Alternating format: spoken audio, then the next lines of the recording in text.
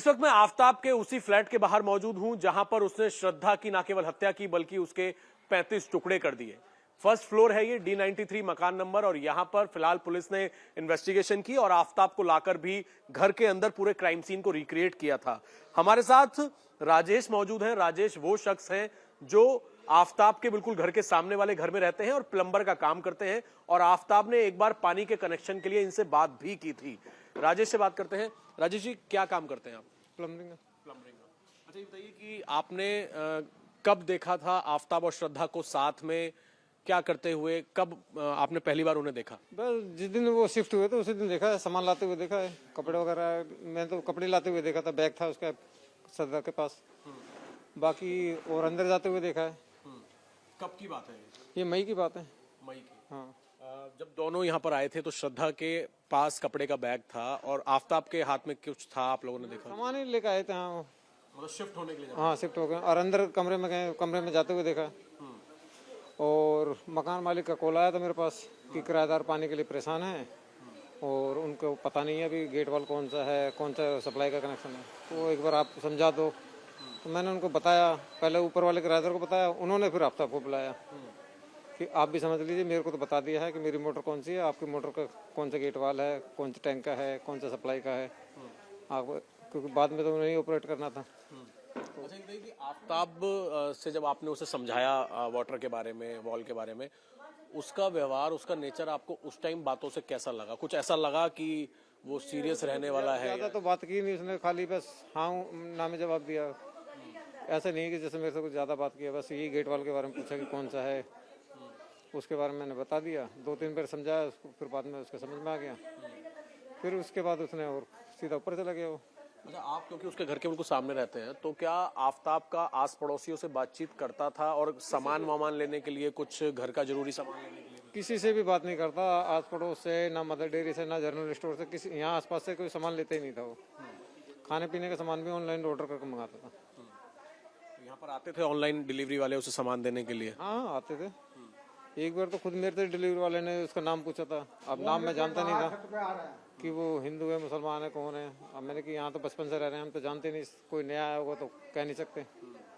तो उन्होंने जब कॉल किया तो जब ऊपर से नीचे पर आया, जब मेरे को पता पड़ा था कि इसका नाम आफ्ताब मुसलमान है, तो मेरे को पता भी नहीं था यहाँ कोई ऐसा नाम का व्यक्ति रह भी रहा है। अच्छा, लड़की जो है, जो श्रद्धा है, उसे कभी आपने देखा आने के बाद, जब वो यहाँ शिफ्ट हो गए थे, बाद में घर से निकलते हुए, आते जाते हुए? उसके बाद नहीं देखा मैंने, उसके बाद मैंने नहीं देखा। कुछ आवाजें सुनी, कभी उनका झगड़ा होता हो आपस में? सारा दिन घर पे नहीं रहता ना, तो मैं जैसे बाहर मेरे फील्ड का काम है तो निकल जाता हूँ। अच्छा। हाँ। अच्छा, एक चीज और, अब ये बात सुनने में आई है जांच में कि ये गांजा बहुत पीता था, तो कभी आपको उसकी हरकतों से ऐसा लगा कि नशे में रहता हो या चुप रहता हो? तो जिस दिन आए थे उसके, उन्होंने कुछ प्रोग्राम वगैरह, म्यूजिक वगैरह कुछ बजाया है, घरों में प्रोग्राम भी मतलब किया है, वो इतना तक तो पता है। क्या करा था प्रोग्राम, थोड़ा बताएंगे? कब की बात है? जिस दिन शिफ्ट हुए हैं उसके अगले दिन, मतलब इन्होंने प्रोग्राम वगैरह कुछ ऐसे म्यूजिक वगैरह बजाया है। अब अंदर क्या क्या करा है खाने पीने का, ये तो हम कह नहीं सकते। और भी लोग आए थे जब इन्होंने म्यूजिक वगैरह बजाया यहाँ पर? होंगे, अंदर ही अंदर है, तो अंदर में तो आवाजें आ रही थी खाली म्यूजिक की। मतलब उस दिन आपने देखा कि पार्टी जब ये लोग कर रहे थे तो कुछ और भी लोग आए होंगे, ऐसा आपने देखा? हाँ बिल्कुल आए होंगे, पर बाकी मैंने अंदर दरवाजा बंद करके कर रहे हैं तो उसमें तो देख नहीं सकता, खाली म्यूजिक की आवाज आ रही थी। कब की बात है, कौन सी तारीख के आसपास, थोड़ा याद हो आपको? मई में? मई में ही है, मतलब कि जिस दिन शिफ्ट हुए एक आध दिन अगले दिन उन्होंने प्रोग्राम किया।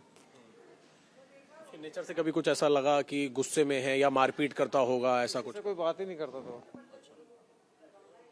तो देखिए, ये राजेश हैं जो कि बिल्कुल घर के सामने रहते हैं और प्लम्बर का काम करते हैं। असल में मई के महीने में ही इस वारदात को अंजाम दिया गया और मई में ही, क्योंकि बताया जा रहा है कि ये लोग पहले पहाड़गंज पहुंचे, पहाड़गंज पहुंचने के बाद इनको एक शख्स ने, बद्री नाम का जो शख्स था, वो इन्हें उत्तराखंड में मिला था। उसने बताया कि दिल्ली के अंदर छतरपुर में ये फ्लैट ले सकते हैं रहने के लिए। और जिस तरीके से जो यहाँ के जो प्लम्बर हैं वो ये बता रहे हैं कि जब ये यहाँ पे शिफ्ट हो गए फर्स्ट फ्लोर पर, उस दौरान इनके घर के अंदर पानी नहीं आ रहा था, तो मकान मालिक से बात की और मकान मालिक ने प्लम्बर का नंबर दिया।